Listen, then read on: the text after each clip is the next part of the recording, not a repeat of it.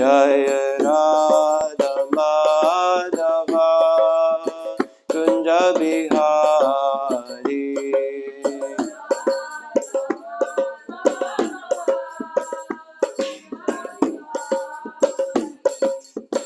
Yashoda Nandana Braja Janaranjana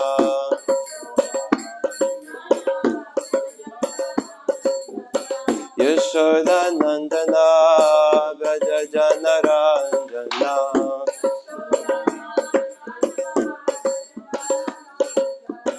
Yamuna Tira Vanachari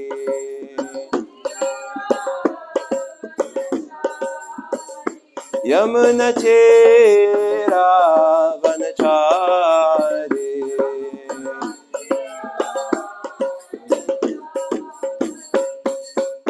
Hare Krishna, Hare Krishna, Krishna Krishna, Hare Hare, Hare Rama, Hare Rama, Rama Rama, Hare Hare.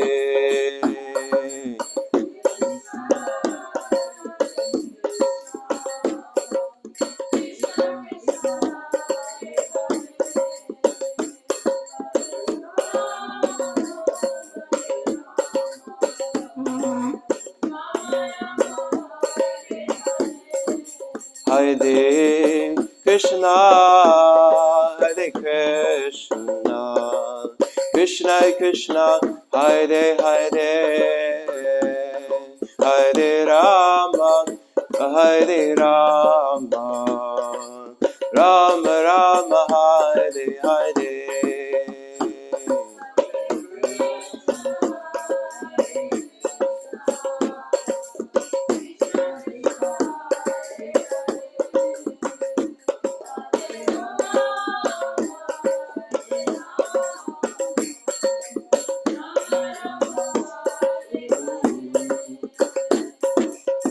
Hare Krishna, Hare Krishna, Krishna Krishna, Hare Hare, Hare Rama, Hare Rama, Rama Rama, Hare Hare.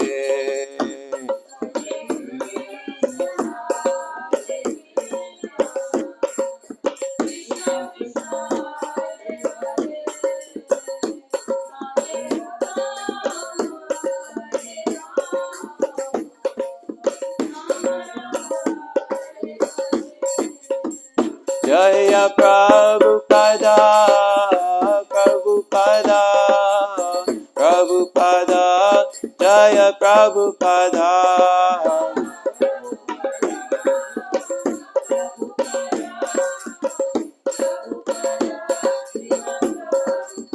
Jaya Prabhupada, Prabhupada, Prabhupada, Jaya Jaya Prabhupada.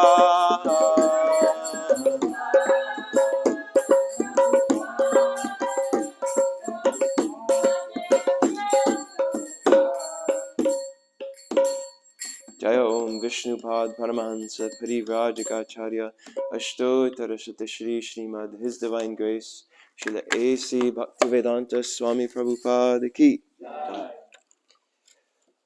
Ananta Koti Vaishnava Vrinda Ki Jai. Grantaraj Srimad Bhagavatam Ki Jai. Gaura Bhakta Vrinda Ki Jai. All glories to the assembled devotees. Hare Krishna. All glories to the assembled devotees. Hare Krishna. All glories to the assembled devotees. Hare Krishna. All glories to Sri Guru and Sri Gauranga.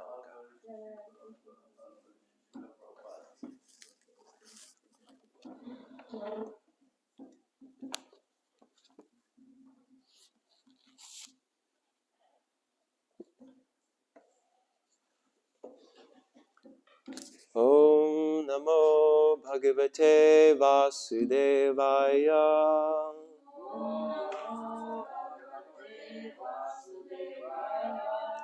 Om Namo Bhagavate Vasudevaya.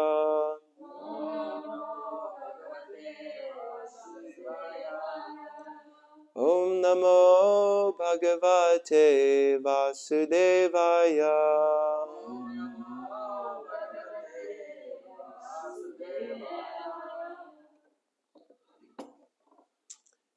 So, today we're reading from Srimad Bhagavatam, Canto 1, Chapter 3, Verse 20, I was told. Yeah, okay, good. So, we'll start by reciting the verse. Please go ahead and recite after me. Avatare Shodashame Pashyan Brahma Druho Nripan Trisapta Kritva Kupito Nikshatram Mahim Avatare Shodashame Pashyan Brahma Druho Nripan Trisapta Kritva Kupito Nikshatra Makaron Mahim. Please go ahead and recite. Avatare Shodashame Pasyandrama Nidodripan Trisapta Kritva Kupito Nikshatra Makaron Mahim. Avatare Shodashame Pashyan Brahma Druho Nripan Trisapta Kritva Kupito Nikshatram Akaron Mahim. Any other takers on the men's side? No? Ladies? Avatare Shodashame Pashyan Brahma Druho Nripan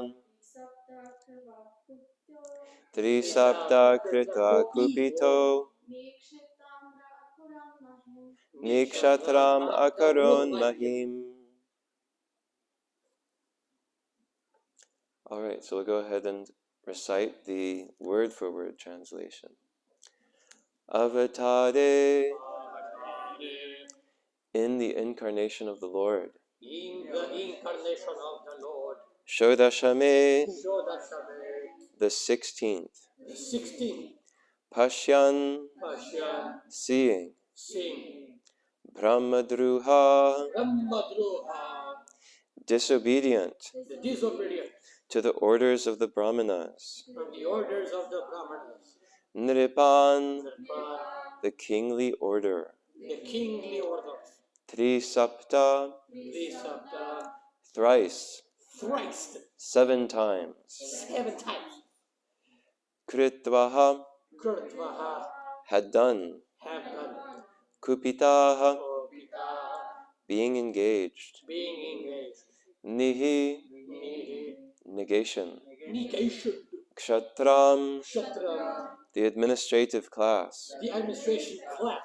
Akarot, did perform. Mahim, the earth. Translation and purport by His Divine Grace, Srila A.C. Bhaktivedanta Swami Prabhupada Ki. Translation: in the 16th incarnation of the Godhead, the Lord, as Bhrikupati, annihilated the administrative class, Kshatriyas, 21 times, being angry with them because of their rebellion against the Brahmanas, the intelligent class. Purport: the Kshatriyas, or the administrative class of men, are expected to rule the planet by the direction of the intelligent class of men, who give direction to the rulers in terms of the standard shastras, or the books of revealed knowledge. The rulers carry on the administration according to that direction. Whenever there is disobedience on the part of the Kshatriyas, or the administrative class, against the orders of the learned and intelligent Brahmanas, the administrators are removed by force from the posts, and arrangement is made for better administration.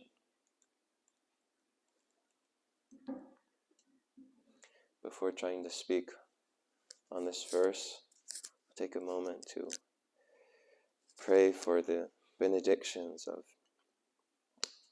the previous teachers who have so carefully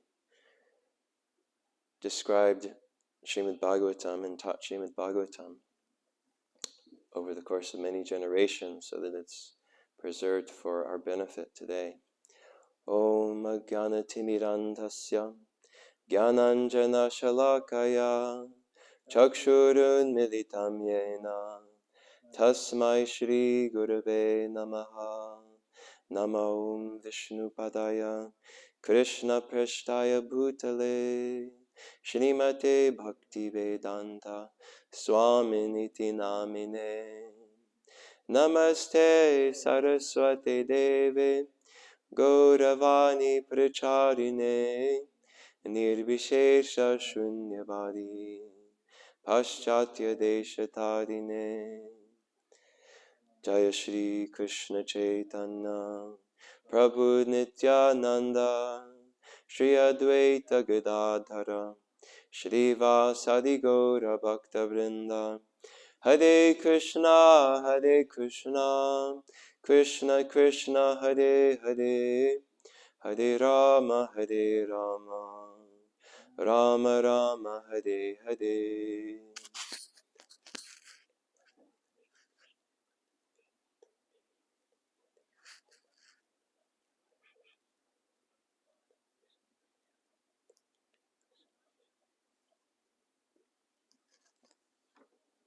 So the translation one last time. In the 16th incarnation of the Godhead, the Lord, as Bhrigupati, annihilated the administrative class, Kshatriyas, 21 times, being angry with them because of their rebellion against the Brahmanas, the intelligent class. So I'd like to beg for the blessings of the assembled Vaishnavas. Please kindly be kind upon me and tolerate me and offer me your blessings that I may be able to say something of value. So we're in the part of the beginning of the Srimad Bhagavatam where we're hearing many incarnations of the Lord listed. And here we're hearing about Bhrigupati, who killed the administrative class of Kshatriyas 21 times. I usually hear about this incarnation under a different name. Who knows what that name is? Parashuram. Yeah. So Parashuram and Bhrigupati are the same incarnation. And Prabhupada's describing in the purport that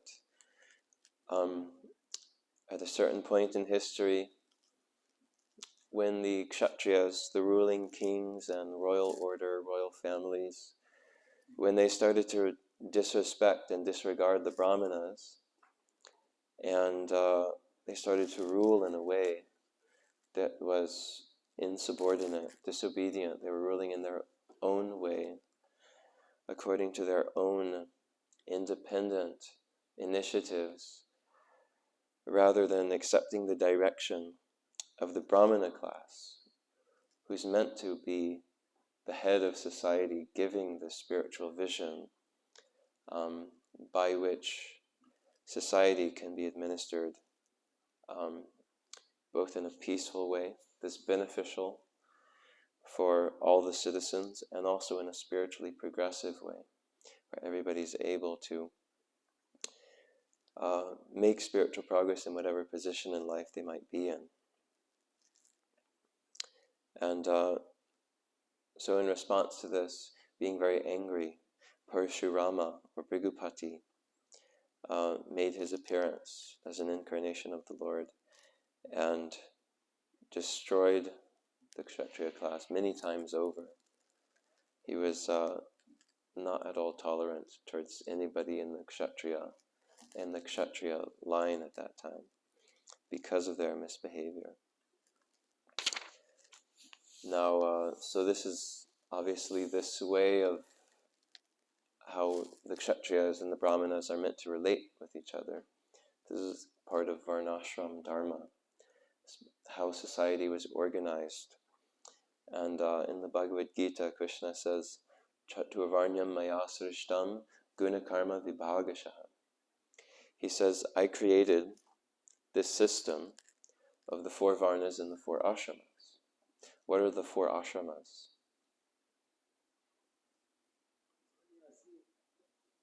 Sannyasi, Vanaprastha, Grihastha, Brahmachari. Okay, would somebody else like to say what the 4 varnas are?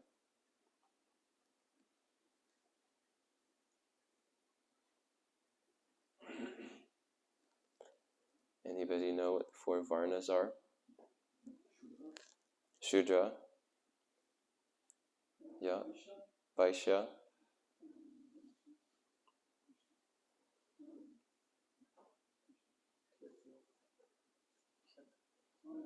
Kshatriya, and Brahmanas. So Krishna says, I created this system, this way of organizing society. And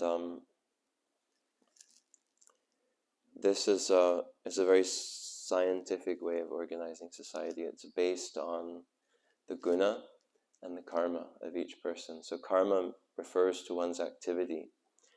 According to the kind of activity that a person carries out, this is one of the 2 main factors that determines what varna and what ashrama they'll be a part of, and therefore what role they'll have in society. And the other element is guna, which refers to their qualities, their psychology, their inclinations, their nature.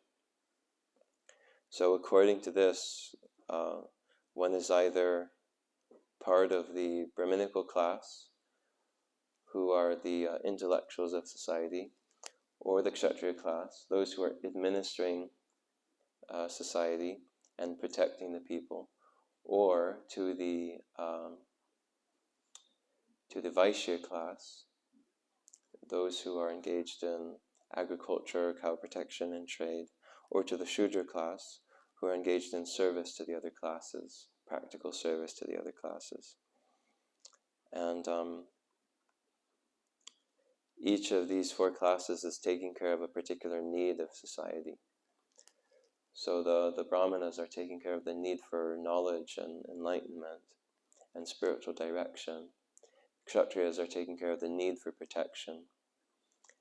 The Vaishyas are taking care of the need for sustenance in the form of food grains and so forth. And the Shudras are taking care of the need for laborers and manpower.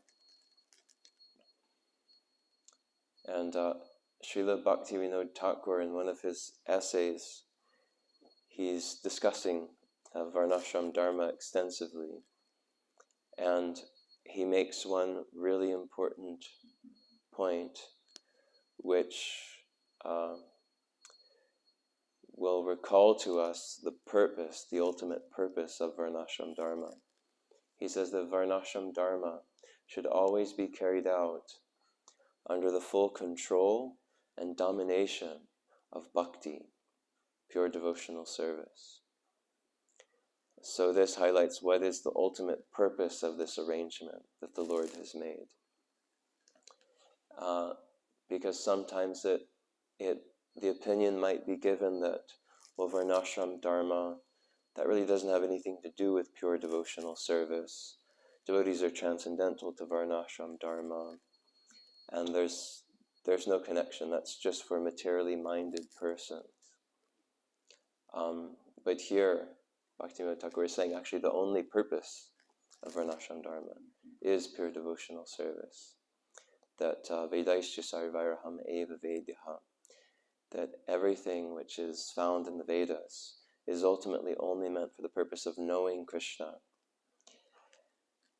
And so, although it's entirely possible to take the format of Varnashram Dharma and apply it in so many ways, even demons we see in the Srimad Bhagavatam, such as Hiranyakashipu, they're following Varnashram Dharma. They're following the tenets. They're following the principles of tapasya and charity and sacrifice.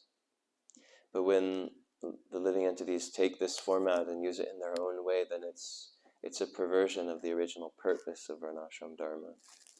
So when it's used for its original purpose, it's called Daivi Varnashram Dharma. It's divine. And so the purpose of Varnashram Dharma is to help living entities to attain success in pure devotional service. How does it do that? Well, Srila Bhaktivinoda Thakur gives another really, I would say it's a profound statement. It's a small statement, simple, but it contains a lot of information. He says that living beings who are interested in perfecting their existence, they accept the principles and tenets of Varnashram Dharma for the purpose of giving them up. Now that's a really interesting statement. We accept Varnashram Dharma for the purpose of giving it up. And when you hear that, you might think, well, if the whole purpose of Varnashram Dharma is to give up Varnashram Dharma, why don't you just give it up in the beginning? And Shri Shri Radha Govinda Madhava, Shri Shri Krishna Balaram, Shri Shri Gaura Nitai Ki Jai. Well, the idea that's being conveyed in this essay is that if you could find full success in spiritual life without accepting some support from a system like Varnashram Dharma, then you would be able to give it up from the beginning. But for those conditioned souls who still have attachments to the material world, who still have identification with their material designations, bodily designations, and who are not able to give up material desires so easily, then these living entities can avail of the Varnashram Dharma system, whereby they accept this kind of framework, this sort of progressive framework for advancing in spiritual life. And by following that and engaging in devotional service in a way that's, as Bhaktivinoda Thakur said, it's the dominant focus of the whole thing, then one becomes detached from the whole situation of the material world, and one becomes qualified to give up anything of this world, including even Varnashram Dharma. Of course, even some perfected souls will continue to follow Varnashram Dharma as a means of giving an example for others to follow. But yeah, so this is very interesting. We accept Varnashram Dharma for the purpose of giving it up. So we recognize from the beginning it's not an end goal. It's a means to a higher end. And therefore it has supportive value in executing the process of devotional service. Now, why don't we look a bit more specifically about, in that system, how are Kshatriyas and Brahmanas meant to relate? Because we're hearing about a situation in which the Kshatriyas became insubordinate and disobedient towards the Brahmanas. So I wanted to share a portrait of I'd like to share a passage actually from the Srimad Bhagavatam. It's a conversation between two great personalities in the Srimad Bhagavatam. One of them is a Kshatriya, the other is a Brahmana. And through this exchange, they're actually exemplifying the ideal way in which a Kshatriya and a Brahmana relate to one another. Now this passage is pulled from the third canto of Srimad Bhagavatam, just as Swayambhuva Manu is approaching Kardama Muni because he's interested in offering his daughter in marriage to Kardama Muni. And so this, basically, in this passage, he's just arrived, and he's just offered his obeisances to the sage, to Kardama Muni, and then the king, he sat down before the sage and was silent. And actually that's already very telling, that the first thing the king did when he appeared at the Brahmana's house, he offered obeisances, and then what did he do? He sat down and he was silent. Now why would he have sat down and been silent? What's the significance of that? He's waiting to hear. So from the very beginning he's saying, I didn't come here to give you some orders or anything. I'm just here to sit and hear your instruction. So then Kardama Muni speaks. Yes, so if you'd like to follow along, this is from the third canto, chapter 21, and this conversation is beginning text 50. 321.50. Yeah, no worries. And so Kardama Muni says to Swayambhuva Manu, the tour you have undertaken, O Lord, is surely intended to protect the virtuous and kill the demons, since you embody the protecting energy of Sri Hari. When necessary, you assume the part of the sun god, the moon god, Agni, the god of fire, Indra, the lord of paradise, Vayu, the wind god, Yama, the god of punishment, Dharma, the god of piety, and Varuna, the god presiding over the waters. All obeisances to you, who are none other than Lord Vishnu. So this is indicative of how the king was the representative of all the demigods and of Lord Vishnu himself.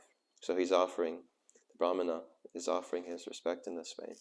If you did not mount your victorious jeweled chariot, whose mere presence threatens culprits, if you did not produce fierce sounds by the twanging of your bow, if you did not roam about the world like the brilliant sun, leading a huge army, whose trampling feet cause the globe of the earth to tremble, then all the moral laws governing the varnas and ashramas, created by the Lord himself, would be broken by the rogues and rascals.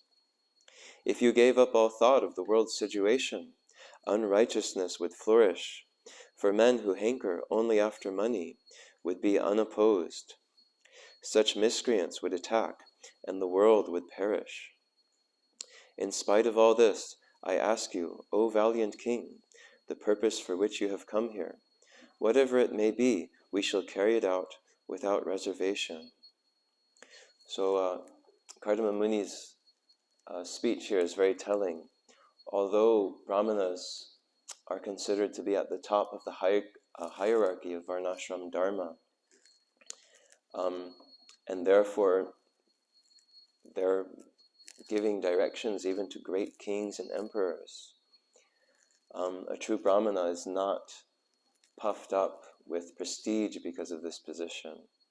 Doesn't become proud and become sort of like a commanding despot, seeking, well, how can I assert myself over these kings and gain some advantage? Kardama Muni actually begins very humbly appreciating the king, and the king has a service to the Brahmanas of protecting them.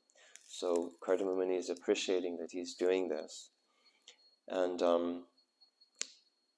essentially saying how without his protection, we Brahmanas wouldn't be able to perform our duty. So he's not proud, and indeed this is one of the qualities of Brahmanas, to be humble and to be simple and to be straightforward and non-duplicitous in dealings. And the Varnashram system is not according to birth, where there's no classification from birth, but it's according to qualities. So now let's hear in in chapter 22, let's hear how Swayambhuva Manu, how he replied. So, Sri Maitreya said, after describing the greatness of the emperor's manifold qualities and activities, the sage became silent, and the emperor, feeling modesty, addressed him as follows. Manu replied, to expand himself in Vedic knowledge, Lord Brahma, the personified Veda, from his face created you, the Brahmanas, who are full of austerity, knowledge, and mystic power, and are averse to sense gratification. For the protection of the Brahmanas, the thousand-legged Supreme Being created us, the Kshatriyas, from his 1,000 arms. Hence the Brahmanas are said to be his heart, and the Kshatriyas his arms. That is why the Brahmanas and Kshatriyas protect each other, as well as themselves. And the Lord himself, who is both the cause and effect, and the Lord himself, who is both the cause and effect, and is yet immutable, protects them through each other.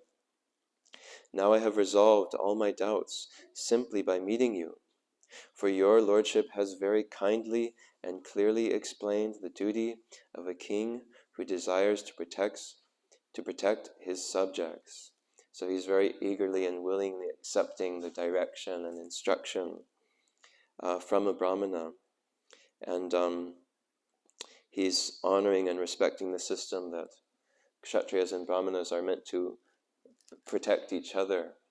The Kshatriyas give physical protection to the Brahmanas give spiritual, moral, and other kinds of guidance in protection to the Kshatriyas, and through them to the whole society as well. So we'll continue. Text 6. It is my good fortune that I have been able to see you, for you cannot easily be seen by persons who have not subdued the mind or controlled the senses. I am all the more fortunate to have touched with my head the blessed dust of your feet. So we can hear the reverence and respect he has towards the Brahmanas. And he's considering himself a person whose mind and senses are not controlled, saying it's not easy for somebody with uncontrolled mind and senses like myself to be able to have the darshan of somebody like you. I have fortunately been instructed by you, and thus great favor has been bestowed upon me. I thank God that I have listened with open ears to your pure words. So he's giving the example and also instruction for other Kshatriyas. They should always be hearing the Brahmanas with open ears, because they're speaking good instructions and pure words. So through this example, we hear how it's meant to be, how that exchange is meant to be between Kshatriyas and Brahmanas. How the Kshatriyas give so much respect. They recognize the value of the intelligent class of men, and they're obedient and subordinate to them. Even though they may be taking so many initiatives in the management of the kingdom, they accept the direction. That's all based on the direction that they receive from the Brahmanas. And so this is very much fitting, and it's very much needed for a healthy, spiritually progressive society. The Brahmanas are said to be the head of the society. The Kshatriyas, the arms, giving protection. The Vaishyas are providing the sustenance, so they're the stomach or the torso.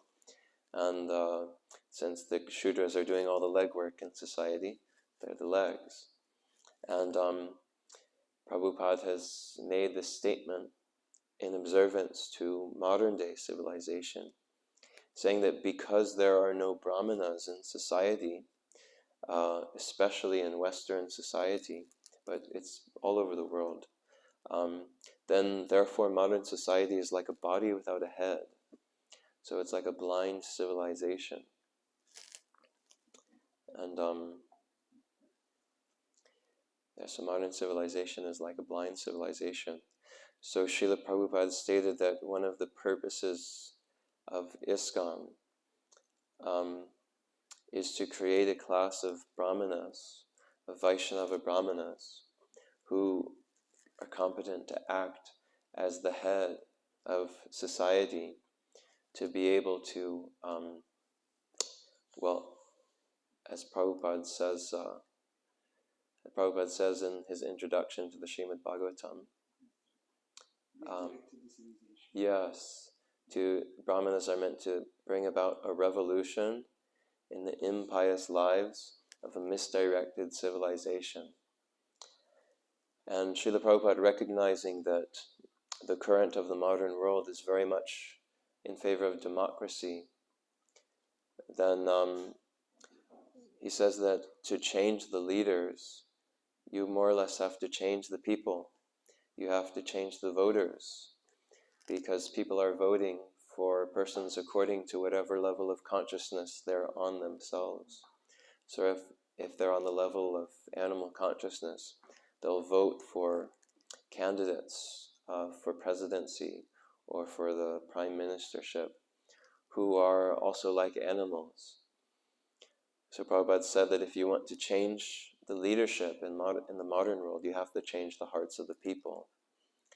You have to change the consciousness of the people.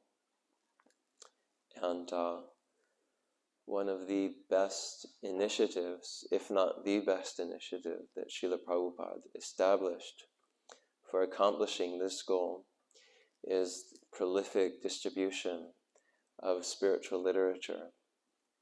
So Srila Prabhupada's translated so carefully and commented so carefully Bhagavad Gita, Srimad Bhagavatam, Chaitanya Charitamrita, as well as many other books that make the Vedic philosophy accessible: Beyond Birth and Death, Science of Self-Realization. And Prabhupada recognized the incredible facility that books provide in transmitting messages. He gave the example once, or on a number of occasions, he gave the example of how communist ideas managed to spread through India and create, especially during Prabhupada's time, to create a whole class of people who identified with the ideology of communism and who were very eager to somehow make India a communist state. And Prabhupada said, how did this happen? Nobody came from Russia to preach in India, but they had their communist manifesto and other literatures that they had produced, and they had them translated into so many different languages, and they just sent the books. So they had translated into different languages. They sent books to India on the subject of communism, which are meant to convince people about communism. And just by the books alone, the idea spread so much. Prabhupada noted that. And we can find many other examples of that. For example, in the US, there was, during the time that the residents of the 13 colonies of Britain were seeking to gain independence from British rule, there was one book called Common Sense that was published by John Locke. And apparently, even to this day, it's one of the highest grossing books in history. He just wrote this book and distributed it. It wasn't free. You had to pay to get it. But it just it planted a seed. Books are like boxes of seeds, idea seeds. And just by spreading this book everywhere, it planted this seed in the minds of many of the colonists. We must seek independence. We must have revolution. And it practically catalyzed the whole push for American independence. And there are so many other examples. And that's even just on the material level. What to speak of when you're dealing with a literature like Bhagavad Gita or Srimad Bhagavatam, that have their own spiritual potency. And Lord Chaitanya has predicted that in every town and village, the chanting of the Hare Krishna mantra will be heard. So to change the leadership in modern society so that they'd be of the quality of Swayambhuva Manu, that they'd be willing and interested in hearing from enlightened brahmanas, then in democratic society you have to change the hearts of the people. And the most effective means to plant transformative ideas in the minds of everyday people is to distribute books prolifically. And so we're very fortunate that we always have the opportunity to, in some large or small way, to introduce people to Prabhupada's books. And very soon we'll have the December Marathon, where devotees will be making a big push to distribute as much transcendental literature as possibly they can during Srila Prabhupada's December Marathon. And so, if we like, we can take the initiative and start thinking now, what small or large ways could we help to contribute to that effort in the month of December? It's actually directly connected to ultimately fulfilling the purpose of human society, which is to, under the direction of qualified Vaishnava Brahmanas, apply the spiritual instructions of Bhagavad Gita and Srimad Bhagavatam in our day-to-day lives and go back home, back to Godhead. And this process will be able to reach many, many people through these efforts of distributing Srila Prabhupada's books. So, this is all I had to say on this verse and purport. So I'd like to invite any comments or reflections, or if you have any questions, I can try my best to answer. So please go ahead.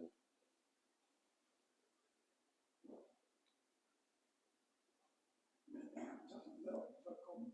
A time ago in Great Britain was, I think, Prime Minister Sunak. He always came with the Bhagavad Gita to do it. I think, well, now something going to change in politics, but nothing changed. Even the Prime Minister with the Bhagavad Gita in his hand. Yeah, right. So I think, yes. Yeah, right. Yeah, that's true. I mean, even if you somehow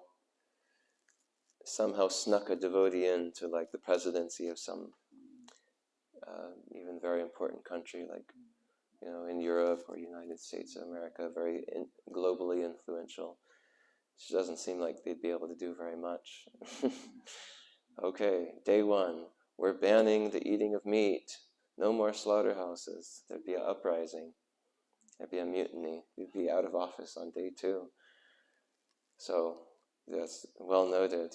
He was carrying the Bhagavad Gita with him, but of course, we don't know how much he's following the Bhagavad Gita as well. But yeah, so you have to transform the minds and hearts of the people. In previous days, when you had kings, you do have examples of, when you have monarchy, then you have the example of a king who converts to Buddhism, and then the whole state becomes Buddhist. Or you have like the emperor of Rome who decided, he didn't convert to Christianity immediately. At the end of his life, he converted and became a Christian. In the beginning, it seemed like he was more just an appreciator, and he thought it would be a beneficial thing for the state. So he made it the state religion of the Roman Empire. And then just the whole thing becomes Christian and expands in an amazing way. We don't really have that option in the modern day. There's not that many monarchies left. Anything else? I was thinking in America about Tulsi. Right. She's becoming more and more famous. Oh yeah. She can make a contribution. Next week we have to see what Krishna's plan. Yeah. Because it's very good. I remember seeing when she was the senator of Hawaii, she would, on Gita Jayanti Day, she put out this video on her YouTube channel where she read some passages from Bhagavad Gita. I mean, there's definitely also the principle that Yadya Dacharati Shreshtam, that if somebody's in a position of leadership and they're promoting certain things, they're appreciated by people, and they are able to promote Bhagavad Gita, then She gave amazing for the 50th anniversary. Shantatma Prabhu, the Minister of Communication on the East Coast, she was invited. She glorified Bhaktivinoda Thakur, Chaitanya Prabhu. She gave an amazing talk about ISKCON. Amazing speech. It was really amazing. So why not? Yeah. Is there anything else? Srila Prabhupada ki jai. Grantharaja Srimad Bhagavatam ki jai.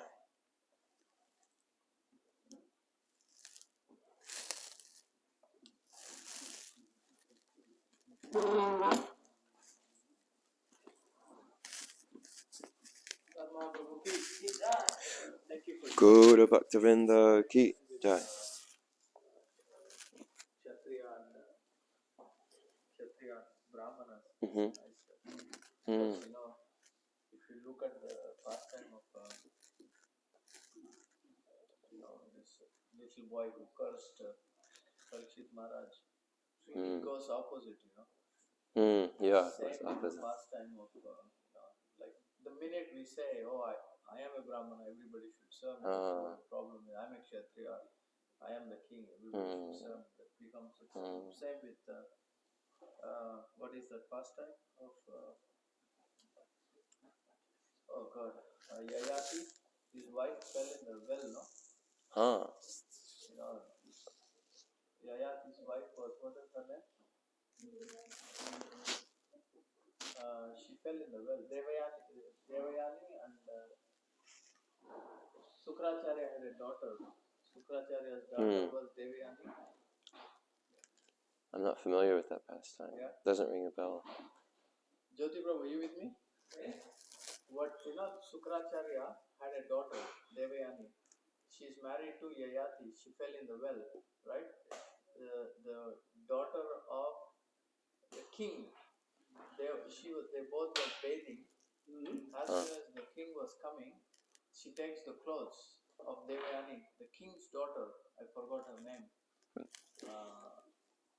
She puts the clothes on immediately, and then they start to fight. Oh, how dare you! You are from a low-class family. You put my clothes on. I'm from a Brahmana family. Then Brahmana, she was using words. She was saying insulting words. Kshatriya's daughter took up Devayani and put her in a well. And that's when Yayati comes, and she was basically naked, Devayani. You don't know this pastime? Yeah, Bhagavatam. Yayati. I remember that now, yeah. But I'm trying to recollect the name of the daughter of this king. She later, again, gets married to Yayati. Yeah, I can't remember. Let's ask Chat. So,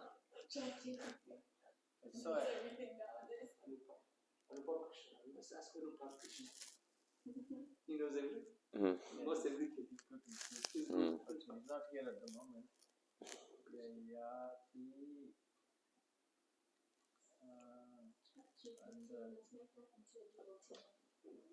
No, you can. Actually, it replies me, thank you, Prabhu. I have such a relation in chat. No, but I want to turn like the chat GPT. 1776. 1776. Yeah. 1776. 1776. Oh no, daughter name. Okay, wife of